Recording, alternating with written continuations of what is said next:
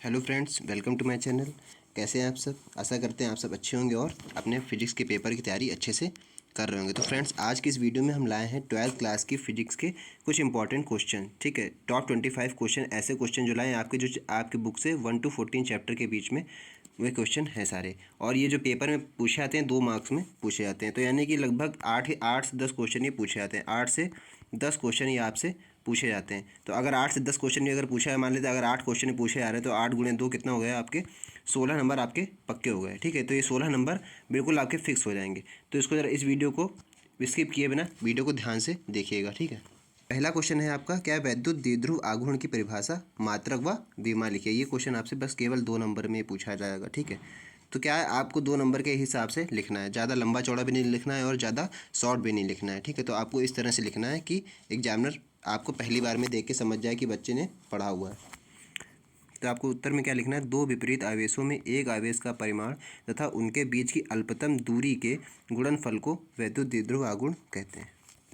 क्या कहना है आपको? दो जो विपरीत आवेश हो गए, देखिए एक प्लस क्यू और एक माइनस क्यू, दो आवेश है हमारे। ठीक है, और विपरीत दूरी पर जा रहे हैं। देखिए विपरीत आप देख रहे हैं, प्लस क्यू इधर है और ये माइनस क्यू है। फिर क्या डिफिनेशन के अकॉर्डिंग क्या कह रहा है? एक आवेश का परिमाण तथा उनके बीच की अल्पतम दूरी, जो बीच की अल्पतम दूरी है, ठीक है, के गुणनफल को वैद्युत द्विध्रुव आघूर्ण कहते हैं। ये फॉर्मूला आप लिखेंगे। क्या फॉर्मूला लिखेंगे? ये जो पी बनाया छोटा सा, इसको बोलते हैं वैद्युत द्विध्रुव आघूर्ण।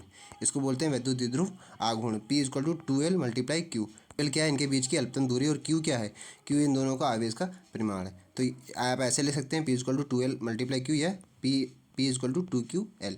ठीक है, मात्रक पूछा था, परिभाषा आपने बता दी। मात्रक पूछा, मात्रक क्या लिखेंगे? कूलाम मीटर या डीवाई बोलते हैं इसको। ठीक है, कूलाम मीटर या डीवाई, तो आप कूलाम मीटर लिखेंगे या फिर डीवाई लिखेंगे। ठीक है, उसके बाद विमा पूछ रही है, तो विमा कैसे लिखेंगे? LTA, विमा LTA, ये विमा है इसकी। ठीक है, उसके बाद सेकंड क्वेश्चन कह रहा है, आवेश का रेखीय घनत्व किसे कहते हैं? इसका मात्रक लिखना है। ठीक, आवेश का रेखीय घनत्व क्या होता है? उत्तर आप लिखेंगे, ये भी 2 नंबर में पूछा जाएगा। किसी चालक की प्रति एकांक लंबाई पर उपस्थित आवेश की मात्रा को आवेश का रेखीय घनत्व कहते हैं। बस इतना आपको लिख देना है। किसी चालक पर जो प्रति एकांक लंबाई होगी, उस पर उपस्थित आवेश की मात्रा के को आवेश का रेखीय घनत्व कहते हैं। इसे लैम्डा से प्रदर्शित करते हैं। ठीक है, इसे लैम्डा से प्रदर्शित करते हैं। Lambda equal to Q/L। मात्रक इसका क्या हो जाएगा? कूलाम पर मीटर। देखिए Q फॉर कूलाम है ये, और L का लंबाई, L फॉर लेंथ होता है। लंबाई का जो मात्रक लगता है वो क्या लगता है? मीटर लगता है। ठीक है, लंबाई की जो यूनिट होती है वो मीटर होती है। तो इसको लिखेंगे कूलाम पर मीटर।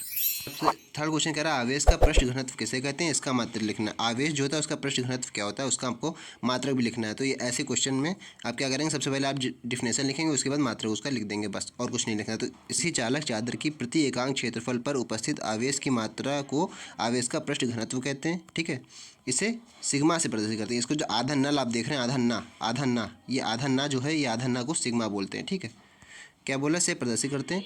इसका सिग्मा को हम बोलते हैं Q/A। इक्वल टू क्या होगा? Q/A। मात्रा क्या हो जाएगा? कूलाम पर मीटर स्क्वायर। ये Q फॉर कूलाम, और यहाँ पर मीटर स्क्वायर क्यों बोले? एरिया, एरिया हमेशा याद रखिएगा, एरिया मीटर स्क्वायर में निकलता है। ठीक है, फिर हमारा फोर्थ क्वेश्चन है, समविभव पृष्ठ की परिभाषा एवं विशेषताएं लिखिए। समविभव पृष्ठ क्या होता है, उसकी परिभाषा और विशेषताएं लिखनी है हमको। तो उत्तर है, किसी वैद्युत क्षेत्र में स्थित वह पृष्ठ जिसके प्रत्येक बिंदु पर विभव समान होता है, उसे समविभव पृष्ठ कहते हैं। जिसके प्रत्येक पृष्ठ पर जो क्या होता है, प्रत्येक बिंदु पर विभव समान होता है। ठीक है, हर तरफ विभव समान होगा, उसको बोलते हैं समविभव पृष्ठ। देखिए मान लीजिए एक सर्किल है, तो ये जितने भी आप ये एरो देख रहे हैं, ठीक है, इन सब पर क्या है? विभव जितना भी है वो सब इक्वल है, इसलिए इसको बोल रहे हैं समविभव पृष्ठ। ठीक है, तो ये हमारी इसकी परिभाषा हो गई। फिर इसकी इसकी क्या बोला? देखिए विशेषताएं भी लिखनी है। ठीक है, तो अभी हम इसकी विशेषताएं लिखते हैं।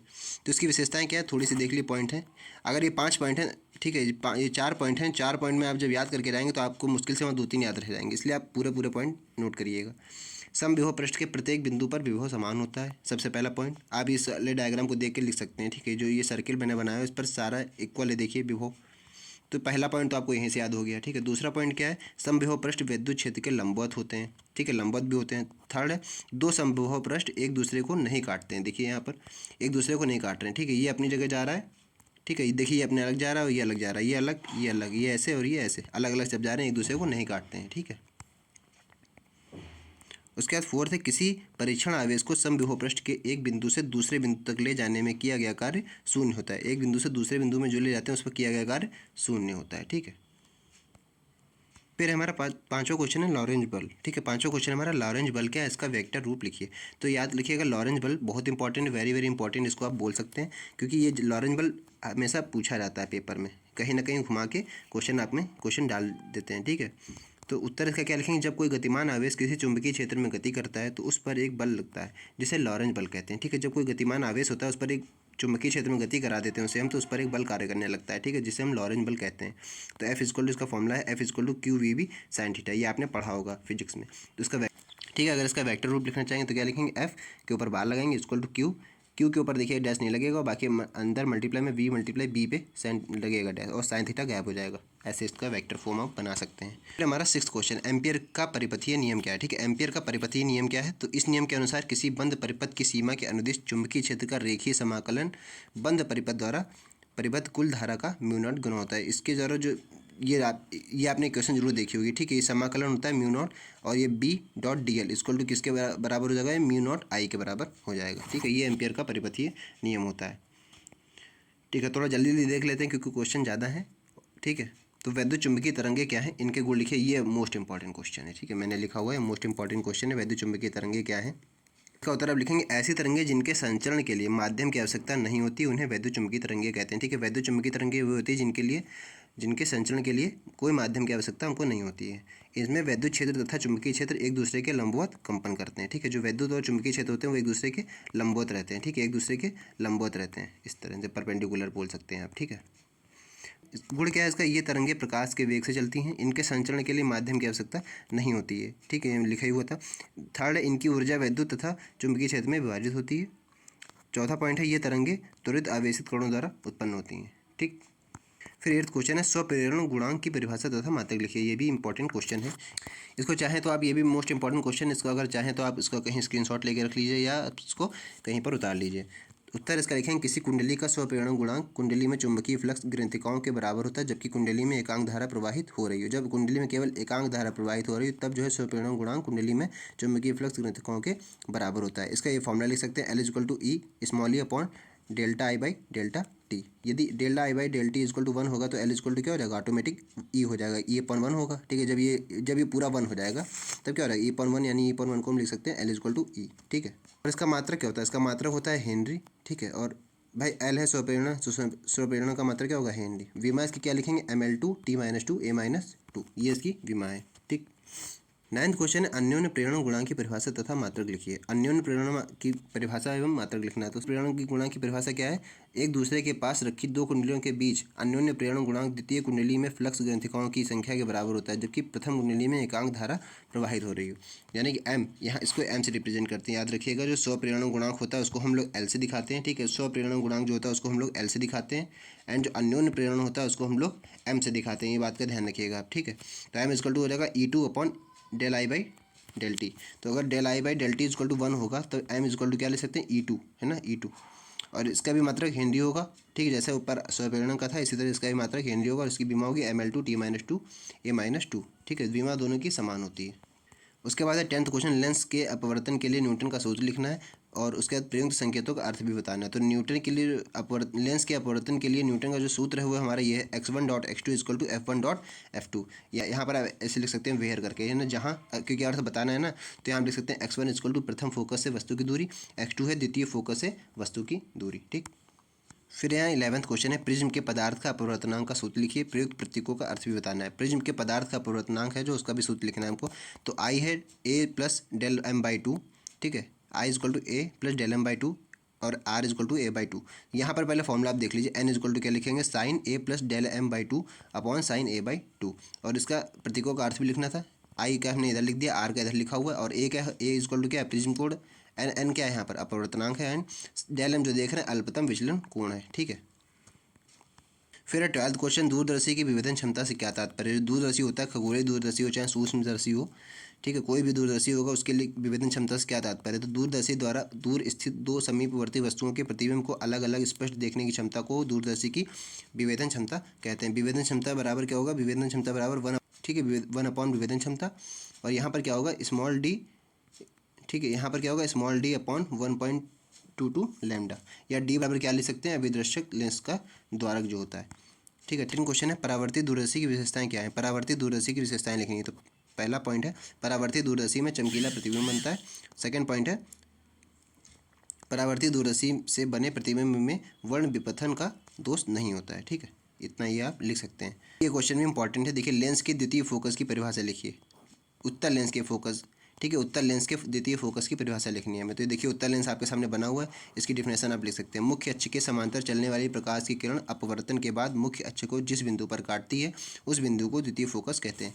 मतलब यानी कि यहाँ पर एक आपका लेंस रखा हुआ है, ठीक है, और ये प्रकाश की किरणें इधर से आ रही है, तो अपवर्तन के बाद मुख्य अक्ष को जिस बिंदु से काटती है, यहाँ पर अपवर्तन हो रहा है, और उसके बाद मुख्य अक्ष को जिस बिंदु पर काट रही है, जिस बिंदु पर काट रही है उस बिंदु को द्वितीय फोकस कहते हैं। पहला फोकस ये जा रहा है, यहाँ से सूर्य की किरण आ रही, और ये अपवर्तन के बाद, ठीक है, अपवर्तन के बाद जिस पॉइंट पर काट रही है वहाँ पर उसको दूसरा फोकस मिलता है। ये होता है मुख्य अक्ष हमारा, ठीक। फिर हमारा 15 क्वेश्चन, प्रकाश की व्यतिकरण से क्या तात्पर्य है? मोस्ट इंपॉर्टेंट क्वेश्चन है, ठीक है। जब किसी माध्यम में एक ही आवृत्ति एवं समान आयाम वाली दो तरंगे एक साथ एक ही दिशा में चलती हैं तो उनके अध्यारोपण से बनी परिणामी तरंग की तीव्रता कुछ बिंदुओं पर अधिकतम एवं कुछ बिंदुओं पर न्यूनतम होती है। इस घटना को ही हम व्यतिकरण कहते हैं, यानी कि न्यूनतम या अधिकतम दोनों हो सकती है इस पर। जब किसी माध्यम में एक ही आवृत्ति, जब कोई आवृत्ति एक ही होता है, और जब आवृत्ति एक ही होती है एवं समान आयाम वाली दो तरंगे एक साथ ही एक ही दिशा में चल रही होती हैं, लेकिन कहीं पर न्यूनतम होती हैं और कहीं पर अधिकतम होती हैं, तो उसे हम प्रकाश का व्यतिकरण कहते हैं। 16 क्वेश्चन है, प्रकाश के व्यतिकरण के लिए आवश्यक शर्तें क्या है? मोस्ट इंपॉर्टेंट क्वेश्चन, बहुत बार पूछा गया हुआ है, 4 बार तो पूछा गया है लगभग, पिछले 4 सालों से लगातार ये क्वेश्चन पूछा जा रहा है। तो आप ऐसे इस तरह से इसको लिखेंगे, प्रकाश के व्यतिकरण के लिए निम्नलिखित शर्तें हैं। ये शर्तें 4 हैं, इसको आप पूरा देख सकते हैं, ठीक है। दोनों स्रोत एक दूसरे के निकट होने चाहिए, दोनों स्रोत संकीर्ण होने चाहिए, दोनों स्रोत के आयाम बराबर होने चाहिए, ठीक है, जो आयाम है वो बराबर होने चाहिए, ठीक है। 4th पॉइंट है, दोनों स्रोतों की आवृत्तियाँ अथवा तरंगदैर्ध्य बराबर होनी चाहिए, ठीक। 17th क्वेश्चन कह रहा है, देहली आवृत्ति तथा कार्यफलन से आप क्या समझते हैं? ये भी मोस्ट इंपॉर्टेंट क्वेश्चन है। सारे इंपॉर्टेंट क्वेश्चन है, लेकिन जो ज़्यादा इंपॉर्टेंट है उस पर मैंने मोस्ट इंपॉर्टेंट लिखा हुआ है। तो देहली आवृत्ति तथा कार्यफलन क्या होता है? देहली आवृत्ति समझिए क्या होता है? किसी धातु की सतह पर आपतित प्रकाश की वह न्यूनतम आवृत्ति जो उस धातु की सतह से इलेक्ट्रॉन का उत्सर्जन कर सके, इसे म्यू नॉट से दर्शाते हैं, ठीक है, इसे म्यू नॉट से दर्शाते हैं। तो ये देहली आवृत्ति होती है हमारी। कार्यफलन क्या होता है? किसी धातु की सतह से प्रकाश इलेक्ट्रॉन को बाहर निकालने के लिए आवश्यक न्यूनतम ऊर्जा का कार्य को कार्यफलन कहते हैं, ठीक। इसे डब्ल्यू नॉट से दर्शाते हैं, यहाँ लिखा हुआ है देखिए, W naught equal to H V naught. ये वी नॉट यही है देहली आवृत्ति। तो देहली आवृत्ति में संबंध अगर पूछे तो आप कंफ्यूज ना होइएगा। अगर आपसे बोल रहा है कि देहली आवृत्ति और कार्यफलन में संबंध बताइए, तब भी आप ये वाला फॉर्मूला लिख के आ सकते हैं। यहाँ पर एच क्या है? प्लांक नियतांक है, और वी नॉट क्या है? देहली आवृत्ति। देखिए लिखा हुआ है ना, देहली आवृत्ति और ये कार्यफलन, इन दोनों में संबंध ये है, ठीक है। फिर 18 क्वेश्चन है हमारे पास, रदरफोर्ड के परमाणु मॉडल की मुख्य कमियां क्या थी? ये सबसे ज़्यादा पूछा गया क्वेश्चन। रदरफोर्ड का जो परमाणु मॉडल था इसमें कमियां क्या है, ठीक है। तो इसको आप देख लीजिए। रदरफोर्ड के परमाणु मॉडल की मुख्य 2 कमियां थी। पहली कमी क्या है? रदरफोर्ड के अनुसार जब इलेक्ट्रॉन नाभिक के चारों ओर घूमता है तो इलेक्ट्रॉन ऊर्जा उत्सर्जित करता है, ठीक है। अगर ऐसा होता है तो इलेक्ट्रॉन की ऊर्जा निरंतर कम होती जाएगी, और एक समय ऐसा आएगा जब इलेक्ट्रॉन नाभिक में गिर जाएगा, जबकि ऐसा नहीं होता। तो यह एक कमी थी सबसे बड़ी, ठीक। उसके बाद सेकंड पॉइंट है, रदरफोर्ड के अनुसार इलेक्ट्रॉन सभी संभव त्रिज्याओं की वृत्ताकार कक्षाओं में घूमता है, जबकि ऐसा नहीं है। अर्थात परमाणु केवल कुछ निश्चित कक्षाओं में घूमता है, अतः यह मॉडल रेखीय स्पेक्ट्रम की व्याख्या करने में असमर्थ रहा, ठीक है। ये 2 इनकी बहुत बड़ी कमियां थी। फिर क्वेश्चन नंबर 19, नाभिकीय बल किसे कहते हैं? इनके गुण लिखना है। नाभिकीय बल क्या होता है इसको समझ लीजिए। नाभिक के भीतर लगने वाला वह बल जो न्यूक्लियानो यानी कि P+N प्रोटॉन और न्यूट्रॉन को बांधे रखता है, उसे नाभिकीय बल कहते हैं, याद रखिएगा, ठीक है। गुण इसका क्या है? क्योंकि गुण लिखने, पहला ये बल, ठीक है, पहला गुण है ये बल आकर्षण बल होते हैं। सेकंड पॉइंट है ये बल अत्यंत तीव्र होते हैं, जो कि बांधे रहते हैं, तभी तो बांधे रहते हैं, तीव्र होते हैं, ठीक है। थर्ड पॉइंट है ये बल लघु परिसर के होते हैं, ठीक। इतना था नाभिकीय बल। फिर आगे 20 क्वेश्चन है, नाभिकीय संलयन क्या है? उदाहरण से समझाना है, ठीक है। नाभिकीय संलयन क्या होता है? जब 2 या 2 से अधिक हल्के नाभिक परस्पर मिलकर एक भारी नाभिक का निर्माण करते हैं, तो इस प्रक्रिया को नाभिकीय संलयन कहते हैं। जब 2 हल्के नाभिक मिलते हैं, ठीक है, और परस्पर मिलकर एक भारी बना लेते हैं। देखिए हाइड्रोजन, ये 1 हाइड्रोजन है, और ये 1 हाइड्रोजन, ये भी हाइड्रोजन है, दोनों ने मिलकर क्या बना दिया? हीलियम बना दिया, ठीक है। ये 2 अणु बना दिए हीलियम के, और प्लस ऊर्जा बना दी, क्या बना दिया? सूर्य। तो ये मतलब ये टोटल जो है, तब एक हल्के दोनों हल्के हाइड्रोजन ने मिलकर एक भारी आयन बना दिया, यानी क्या? भारी हीलियम बना दिया। तो इसको बोलते हैं नाभिकीय संलयन, ठीक है। फिर है 21 क्वेश्चन, नाभिकीय विखंडन से आप क्या समझते हैं? ये भी मोस्ट इंपॉर्टेंट क्वेश्चन। जब नाभिकीय विखंडन क्या होता है? वो तो ऊपर आपने पढ़ा था नाभिकीय संलयन, यहाँ पर होता है नाभिकीय विखंडन। जब किसी भारी नाभिक पर न्यूट्रॉन की बमबारी की जाती है तो वह 2 बराबर नाभिकों में टूट जाता है। इस प्रक्रिया को ही हम नाभिकीय विखंडन कहते हैं। देखिए यूरेनियम और ये न्यूट्रॉन, ये आप एग्जाम्पल लिख सकते हैं, ठीक है। जब आपसे पूछा जाएगा नाभिकीय संलयन, तो ये आप लिखिएगा। नाभिकीय विखंडन के लिए सबसे परफेक्ट एग्जाम्पल यही है। तो आप लिखेंगे यूरेनियम, ये यूरेनियम लिखा हुआ है, और ये न्यूट्रॉन, इन दोनों पर क्या हुआ है? बमबारी की जा रही है, तो ये लोग अलग अलग टूट गए। एक बेरियम में टूट गया और एक ये क्रिप्टॉन में टूट गया, प्लस जितना बचा वो ऊर्जा में टूट गया। तो किस पर? परमाणु बम यहाँ लिखा हुआ है, मतलब परमाणु बम की बमबारी कराई जा रही है, ठीक है। ये नाभिकीय विखंडन होता है। फिर है 22 क्वेश्चन, द्रव्यमान क्षति किसे कहते हैं। जब द्रव्यमान क्षति किसे कहते हैं, ठीक है, किसी परमाणु के नाभिक का वास्तविक द्रव्यमान नाभिक में उपस्थित न्यूक्लियन प्रोटॉन प्लस न्यूट्रॉन है ना के द्रव्यमान के योग से कुछ कम हो जाता है, तो इस अंतर को ही द्रव्यमान क्षति कहते हैं। डेल एम इक्वल टू क्या लिखेंगे, जेड मल्टीप्लाई एम पी, ठीक है, प्लस ए माइनस जेड एम एन या माइनस एम, ये पूरा एक फॉर्मूला है। जहाँ पर आप ये भी लिख सकते हैं, जहाँ करके डेल एम इक्वल टू क्या है, द्रव्यमान क्षति, जेड इक्वल टू प्रोटॉन की संख्या, और ए माइनस जेड क्या है, न्यूट्रॉन की संख्या, एम पी क्या है, प्रोटॉन का द्रव्यमान, एंड एम एन क्या है, न्यूट्रॉन का द्रव्यमान। ये पूरा फॉर्मूला है। ये आप ये उनका अर्थ बताया गया जहाँ जहाँ जो यूज़ हुआ है, ठीक। 23 क्वेश्चन, पी तथा एन प्रकार का अर्धचालक कैसे बनाते हैं। मोस्ट इंपॉर्टेंट क्वेश्चन, पी तथा एन प्रकार का अर्धचालक कैसे बनाते हैं, इसको देखिए, ठीक है। तो पी प्रकार का अर्धचालक बनाने के लिए क्या करते हैं, जब शुद्ध सिलिकॉन में 3 संयोजकता वाले है ना, ठीक है, पी प्रकार का अर्धचालक में क्या है, जब शुद्ध सिलिकॉन में 3 संयोजकता वाले उपद्रव यानी एल्युमिनियम एवं बोरान को मिलाते हैं तो पी प्रकार का अर्धचालक बनता है, ठीक। एन प्रकार का अर्धचालक कैसे बनता है, जब शुद्ध सिलिकॉन में 5 संयोजकता वाले अपद्रव्य को मिलाते हैं, जैसे फास्फोरस आर से निकालित, तो एन प्रकार का अर्धचालक बनता है, ये याद रखिएगा, ठीक है। 24 क्वेश्चन, फोटो डायोड में पीएन संधि डायोड को किस प्रकार संयोजित किया जाता है। फोटो डायोड में पीएन संधि डायोड को किस प्रकार संयोजित किया जाता है, ये है 24 क्वेश्चन। इसका उत्तर लिखेंगे, फोटो डायोड के निर्माण के लिए एक पीएन संधि को जिसका पी क्षेत्र काफ़ी पतला होता है, वह पारदर्शी होता है, ठीक है। पी टाइप का जो क्षेत्र होता है वो काफ़ी पतला और पारदर्शी होता है, ट्रांसपेरेंट। पीएन संधि को एक कांच या प्लास्टिक के आवरण में इस प्रकार रखते हैं कि संधि के ऊपरी भाग पर प्रकाश सरलता से पहुंच सके, इससे हमारा फोटो डायोड बन जाता है, ठीक है। फिर हमारा 25 क्वेश्चन, 25 क्वेश्चन में क्या कह रहा है, पीएन संधि डायोड के अवक्षय परत पर विभव प्राचीर पर पश्च अभिनति का क्या प्रभाव पड़ता है। उत्तर इसका लिखेंगे, पश्च अभिनति की स्थिति में अवक्षय परत की मोटाई ज़्यादा हो जाती है तथा विभव प्राचीर का मान बढ़ जाता है। बस इतना आपको लिखना और ये लिखा देना। अगर अभिनत की आपको कंडीशन दिखा देनी, बस ये होता है। पश्च अभिनत के लिए आपको बस इतना सा लिख देना है, ठीक है। तो बस आज की 25 क्वेश्चन कंप्लीट हुए। बस आज की वीडियो में इतना ही, जो कि इंपॉर्टेंट सारे क्वेश्चन थे वो मैंने आपको सब कुछ बता दिया। अगर चैनल पर नए हैं तो चैनल को सब्सक्राइब कीजिएगा, और वीडियो को अच्छा लगा हो तो वीडियो को लाइक कर दीजिएगा। इस तरह के मैं और भी वीडियो लाता रहता हूँ, ठीक है। तो आई होप आपको वीडियो अच्छा लगा होगा, ठीक है। तो मिलते हैं नेक्स्ट वीडियो में, तब तक के लिए थैंक यू, और अपनी तैयारी अच्छे से करते रहिए।